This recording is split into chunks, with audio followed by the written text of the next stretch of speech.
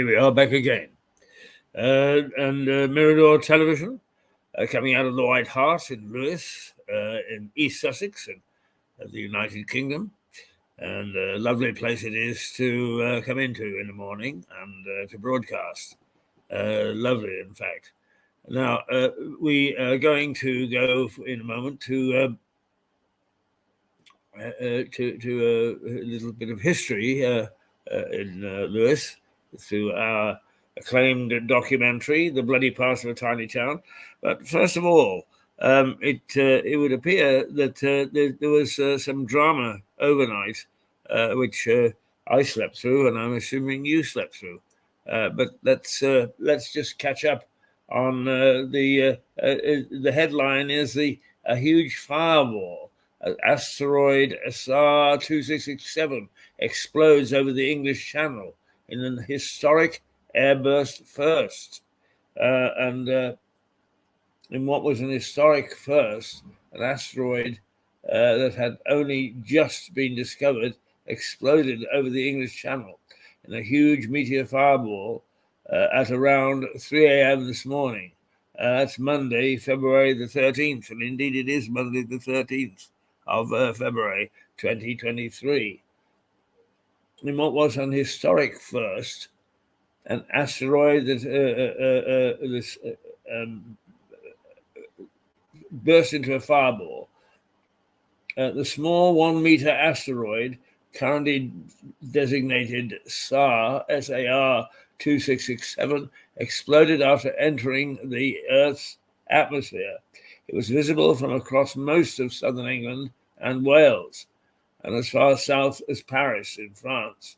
For only the 7th time ever, scientists were able to predict when and where the airburst would happen after spotting its approach just hours before.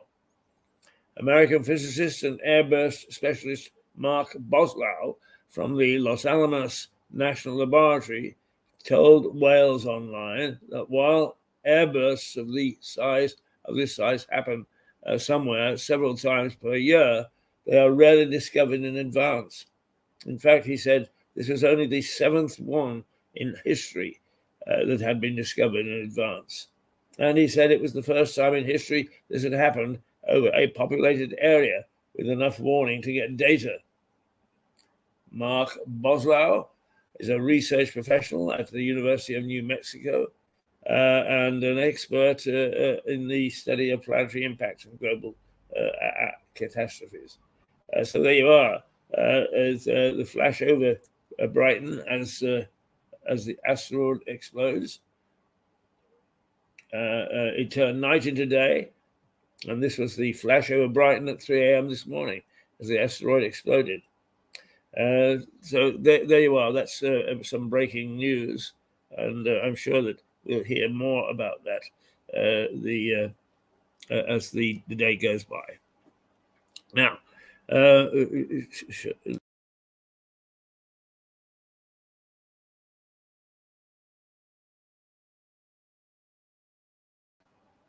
it will get me back so I can talk to you. And it's just a reminder. It is now 9 degrees. No, so sorry, it's 6 degrees centigrade, but it's going to climb to 10 today. Only a light breeze. Scattered cloud at the moment. The scattered cloud is allowing the sun through. It's a lovely day out there, although still quite cool. But it is climbing, so it could be a reasonable... a reasonable temperature. And it is now 9:35. It's the 13th of February, 2023. This is the White Hart, which you can see that I'm in. A very, very ancient coaching inn with much history to its name. And we are going to go for history now. And here it is, the bloody past of a tiny town.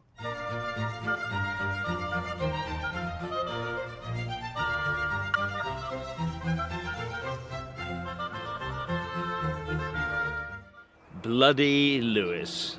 Hi. Bloodletting wasn't confined to fierce battles and the tilting gentry. There were lots of naughty people around in Lewes over the centuries. And the good citizens of the town made sure they paid for their crimes. The Saxons kicked up a bit of a fuss after the Normans took over, and the new masters of the town got a bit heavy with them. The Saxons had used hanging as their way of dealing with major crime. The Normans also thought that was a decent way to get rid of naughty folk, and they kept the gallows as a punishment. Although the records of people being hanged in Lewes aren't too plentiful, the number of people going to the gallows after 1066 increased considerably. Until the mid-1600s, felons were locked up in the castle, then taken down the road a bit to this place, Gallows Bank. There is evidence that this was where the gallows stood from Saxon times to the mid-19th century. When hangings were no longer done in public, hangings didn't stop. They just weren't done in public. They were moved to Lewes Prison. But they were public until 1868, and huge crowds would turn up just to watch somebody being hanged. In fact, the modern term Gala Day comes from such occasions, previously known as Gallows Day. Chasing around Lewes can be a tiring affair, so I sometimes take a breather and come to this little corner of a park near the centre of Lewes. It's called the Knot Garden. I had no idea what a knot garden was until I spoke to a gardening expert. It's a garden of symmetrical design, as you can see. These breathers give me a chance to think about some of the stories we reported on, thought about, perhaps even enjoyed. I've just come from Lewes Prison. I've reported many times on the Russian prisoners held in the old naval prison. It's hard to forget them because there's a monument erected to them in the churchyard of one of our churches, St. John sub Castro. These prisoners seem to have overshadowed the 300 Finnish prisoners who were held in the new Lewes prison. They were from the same Crimea War in 1853. They fared better than their Russian counterparts in the old naval prison because they were repatriated quite quickly, and history seems to have forgotten them. One of the Russian prisoners went over the wall and caused a nationwide manhunt. When he was eventually found, he was in a pub just next door to the prison having a tot of rum. He'd forgotten just how nice it was to have that glass before his bedtime, so he went and found one.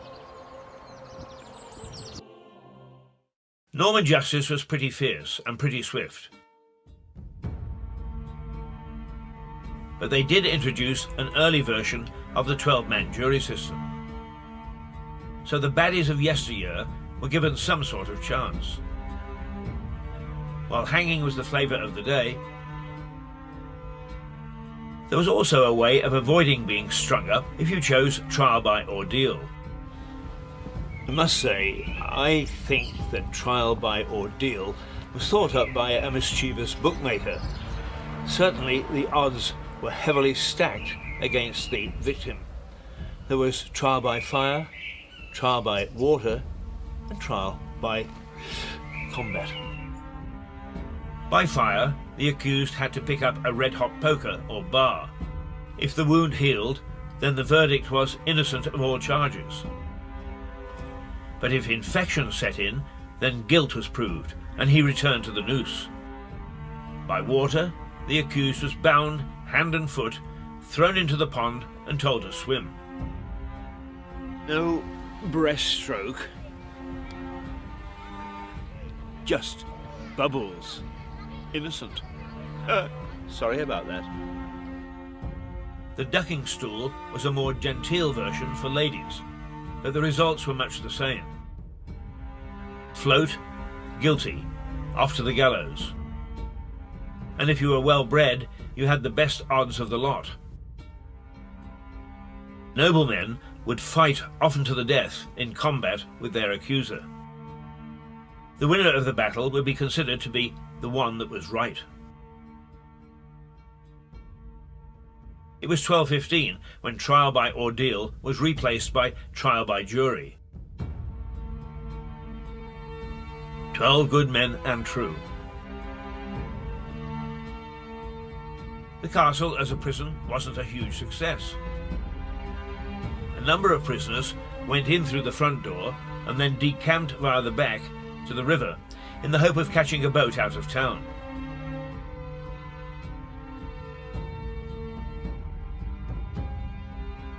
When the economy of Lewes, usually robust and lucrative, became depressed in the 14th century, there was an epidemic of less serious crime.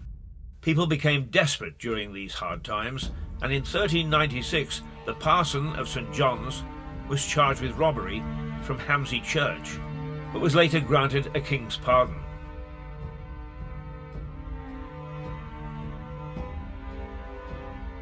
The stocks were deemed to be a lesser punishment.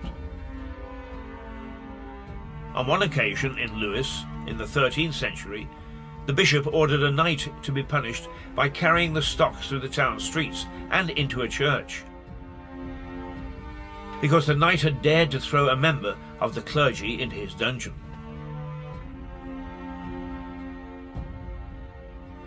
The Lewes stocks stood next to the gallows. I don't think this was by accident. The Normans figured that the sight of ghoulish punishment would act as a deterrent. Sitting in the stocks would have given lesser villains an opportunity to view dead men dangling from the rope, bodies rotting in the gibbet, or people hobbling around, limbs severed, mutilated as a punishment.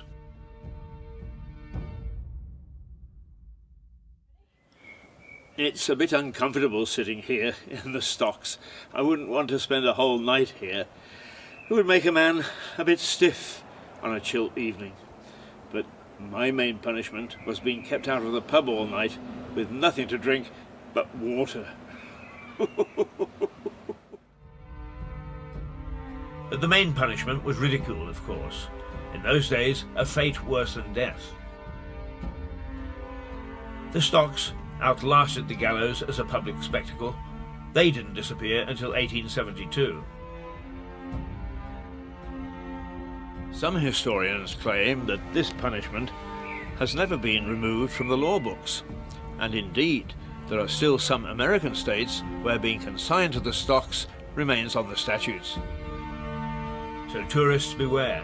Having cabbages thrown in your face, your feet tickled, and spending a cold night with legs locked up is hardly the holiday of a lifetime.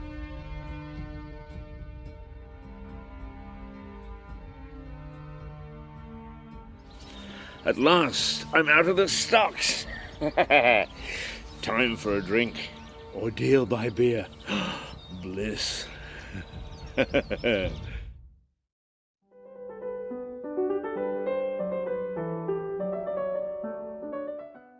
Always fancied myself as a knight in shining armour. Unfortunately, I've never found a damsel in distress to rescue. So I rather think that I would have been on the side of the peasants when they revolted in 1381. Workers' unrest was the worst challenges to the Normans in the 300 years of their occupation. The main causes were an economy devastated by the Black Death, the 100 Years' War with France, and the huge tax burden levied to pay for the war. And in fact, it was this war that led to the return of bloodshed in Lewes. During the conflict, French ships regularly marauded along the Sussex coast. In 1372, one ship landed a war party and sacked the village of Rottingdean, only a few miles from Lewes. Feeding their oats, they sailed around to the River Ouse, raided Seaford, and boldly sailed up the river. Rottingdean belonged to Lewes Priory and was an important source of income. So the prior, much more belligerent than churchmen of today, took a war party of his own and rushed to defend the village. While his back was turned, the French reached the walls of the priory and attacked it. While a Cluniac priory practiced simplicity of life, it was loaded with treasures, a fact not unnoticed by the French. I've always called them vandals. Well, we would certainly agree here at Lewes because they destroyed this most magnificent church. We had 2,000 beautiful manuscript books in our library. We know that was documented, and they were all ruined. The buildings were systematically destroyed over a very short period of time. So yes, we would say they were vandals. And the reason that the church was totally destroyed is because this was a very significant church. Since the dissolution, the buildings have been used for all sorts of different storage. People in Lewes have used the stone, taken the stone to build buildings throughout Lewes. Southover Grange is built entirely of stone from Lewes Priory. So if you look around Lewes, you will find little bits of the priory everywhere. One of the things about fights in Lewes is that one side or the other were jolly well unsporting. The king heavily outnumbered de Montfort at the Battle of Lewes. And now the French had superior forces to the 200 English archers who were left to defend priory and town. The English fought bravely and gave the French a bad time. And in fact, they defended the priory successfully. But Lewes was sacked and burned before the raiders had finished. And they left with 3 hostages, including the prior. These 3 fetched a tidy sum before they were allowed back home. Barely had the town got back onto its feet than it suffered another bloody nose. The peasants' revolt in London had turned nasty, and the mob had broken into the Tower of London, killing several of the king's top men. These initial successes fanned the flames of unrest, and the rebellion spread, reaching Lewes. As the unrest spread, so did the control of its leaders. Large parts of England were invaded by rampaging and often drunken mobs. Whether the peasants who attacked and broke into Lewes Castle were true dissidents or drunken louts is hard to say. But their booty from the castle were barrels of wine.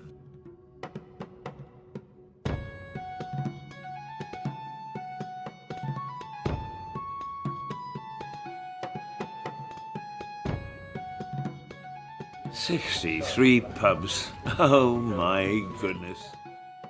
Anyway, the authorities raised an army, went after the rebels, and mercilessly crushed the revolt.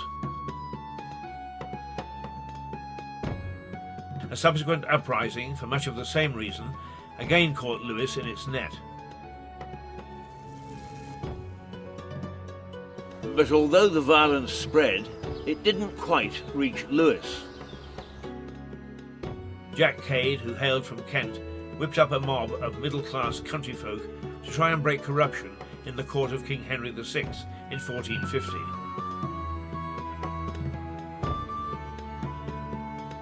Cade's rural army invaded London, but after causing havoc, were driven out by a citizens' group angry at the looting by Cade's men. The rebels were put to flight, but not until they had murdered the Archbishop of Canterbury. Cade fled London, but was caught just north of Lewes at the small town of Heathfield. Astonishingly, one of his supporters was the Prior of Lewes, who escaped unscathed. Poor Jack, however, was mortally wounded at Heathfield, taken back to London, hung, drawn and quartered, and had his head stuck on a pole on London Bridge. Smuggling began in Sussex as early as 1200. The villages surrounding Lewes were hotbeds of activity. Gangs of up to 500 men plied the illicit trade well into the 19th century. The trade was given a nod and a wink by the general public, sympathetic to the idea of cheap goods. But that changed as the gangs became ever more vicious and violent, and murders of customs officials became common. There is no doubt that smuggling took place in Lewes. After all, it was a port. But generally, the Lewes public supported the law, and it's recorded that they entered into pitched battles with the smuggling gangs. Tom Paine was a customs officer in Lewes, having been sacked in a previous post for turning a blind eye to smuggling.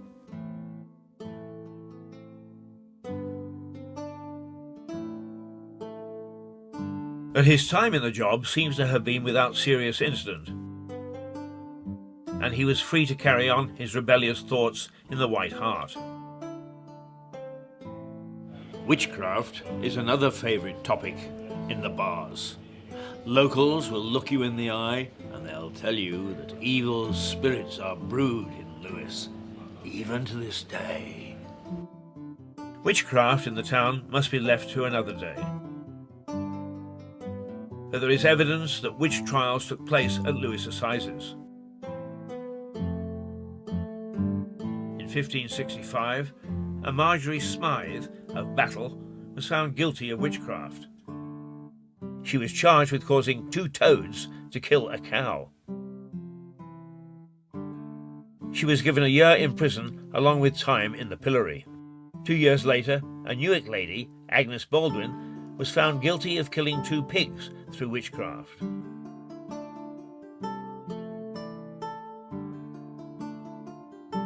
There are also a couple of sillies to throw in. During this period, Henry VIII tried to stop rough footballing being played, despite the fact that every king from the 12th century onwards had failed to halt it.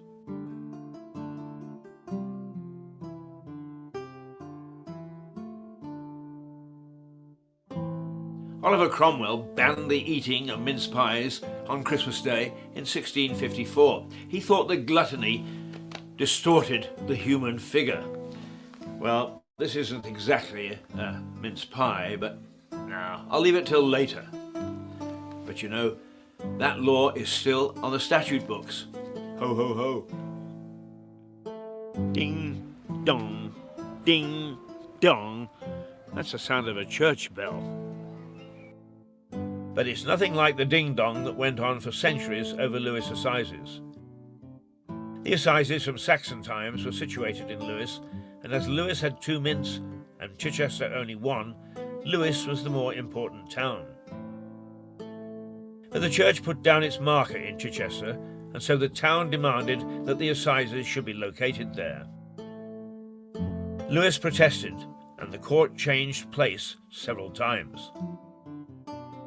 But they ended up back in Lewes for good. This is the present Lewes Crown Court.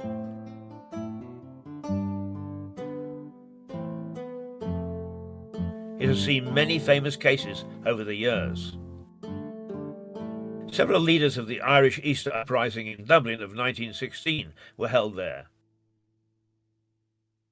They included Eamon de Valera, later the Republic's first president and Prime Minister.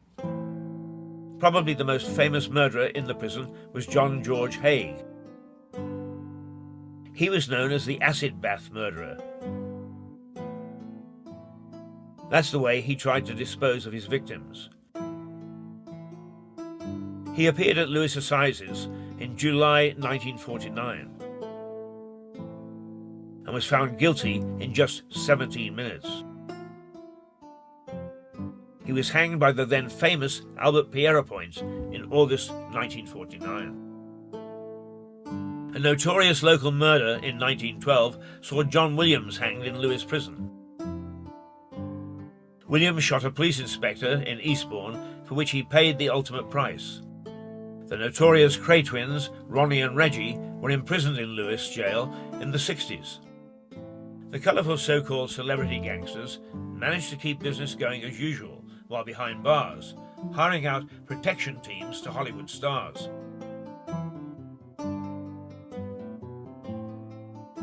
Frank Sinatra hired 17 of them from the Krays.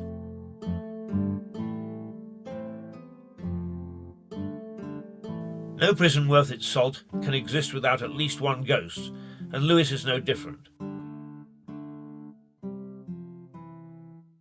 Local gossip has it that one of the corridors is haunted by a man in Victorian-style prison garb.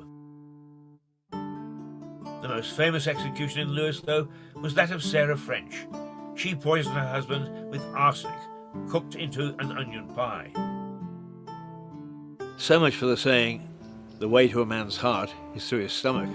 I was going to lounge around in these stocks all day until I heard about that onion pie. Now I think that I'll just have to leave and go to the pub. What are a few cabbages, though, and potato peelings and rotten eggs to a veteran journalist? But that talk of poison pie has changed my mind. I think I will pop in for a quick drink. I'm not so keen on being famous in Lewes for being a victim of crime. Lewes! Drink here I come.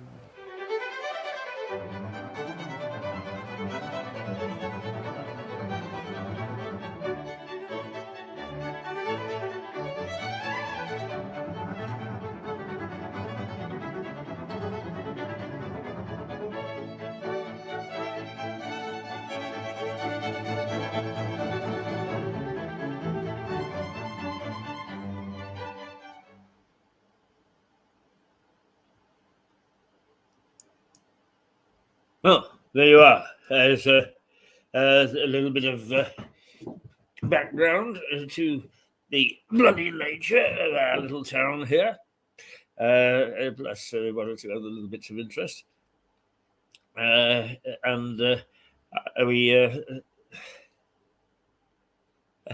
need to be reminded sometimes. And there are a number of people, of course, who are new to Lewes and wouldn't be aware of the history. But when we first showed this, several people said, "Gosh, I didn't know that." So hopefully we brought a little bit of information to you all. And now we're going to take another little break, and we hope that Suzanne Bouchot will be with us, but she has been traveling. And it is very early in New York. So it's possible it'll be next week before we see Suzanne back again. So for the moment, we will take a short break. And we'll be back in about 10 minutes' time, I guess. And we will see what else we have for you to take you through to the end of the morning. Well, our end of the morning, which is around 11 o'clock. So here we go. Let's say toodle pip for the moment, and we'll see you shortly.